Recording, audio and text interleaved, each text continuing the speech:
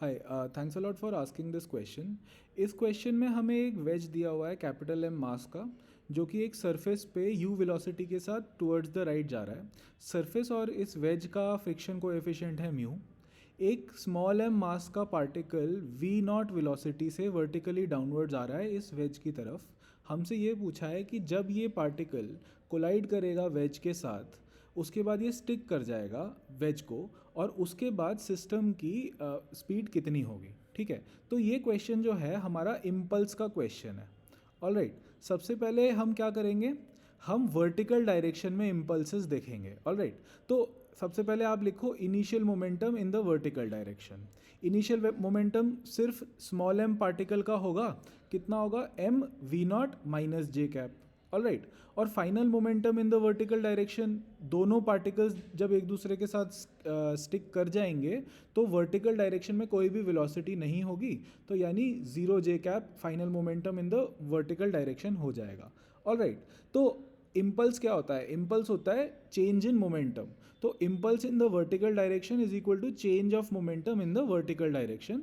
वो आ जाएगा हमारे पास जीरो, यानी कि final momentum minus initial momentum, zero minus m we naught minus J cap.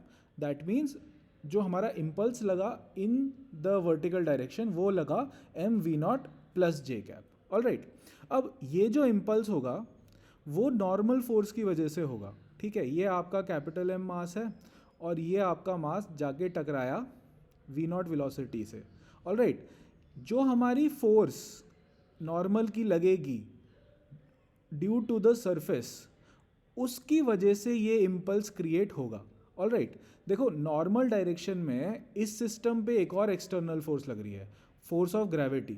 लेकिन फोर्स ऑफ ग्रेविटी एक कांस्टेंट फोर्स होगी, वो small m g plus capital m g के बराबर होगी।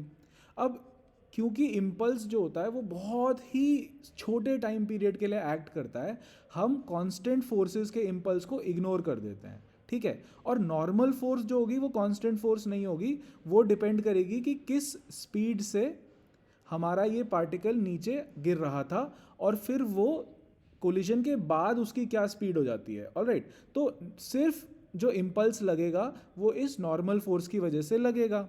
तो हम नॉर्मल फोर्स के इम्पल्स को इक्वेट कर सकते हैं वर्टिकल डायरेक्शन में जो इम्पल्स लगा है उससे। ठीक है, तो J V is equal to normal times D T हम कर सकते हैं। तो एन डी टी की वैल्यू आ गई M we naught J cap, और अगर हमें सिर्फ मैग्नीट्यूड देखना हो तो N D T is equal to M we naught बन जाएगा। ऑलराइट, तो अब हम क्या करेंगे, हमें तो हॉरिजॉन्टल डायरेक्शन की वेलोसिटी चाहिए।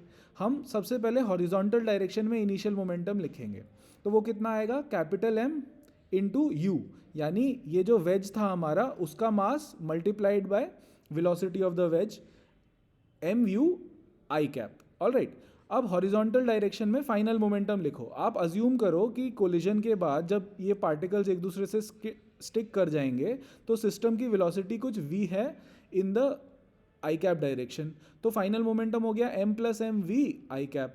ऑलराइट, अब चेंज इन मोमेंटम निकालो। चेंज इन मोमेंटम आपका इम्पल्स के बराबर होगा, वो आ जाएगा m plus m v minus m u i cap. Alright, और ये जो इम्पल्स होगा हमारा वो फ्रिक्शन की वजह से होगा। और फ्रिक्शन किसकी वजह से होगा, फ्रिक्शन होता है आपका म्यू टाइम्स नॉर्मल फोर्स, तो आपका फ्रिक्शन की वजह से इम्पल्स आप लिख सकते हो म्यू एन डी टी। ठीक है, इसमें हमने एन डी टी की वैल्यू तो अभी अभी निकाली थी पिछली स्लाइड में, वो थी एम वी नॉट। बस अब आपको इक्वेट ही करना है, m plus m v minus m u, यानी कि change in momentum is equal to mu times n D t. लेकिन कीप इन माइंड यहाँ पे आपको डायरेक्शन करेक्ट लेना है। ठीक है, हमारा जो हमने चेंज इन मोमेंटम निकाला है वो पॉजिटिव डायरेक्शन लिया है टुवर्ड्स राइट, यानी आई कैप डायरेक्शन टुवर्ड्स राइट लिया है।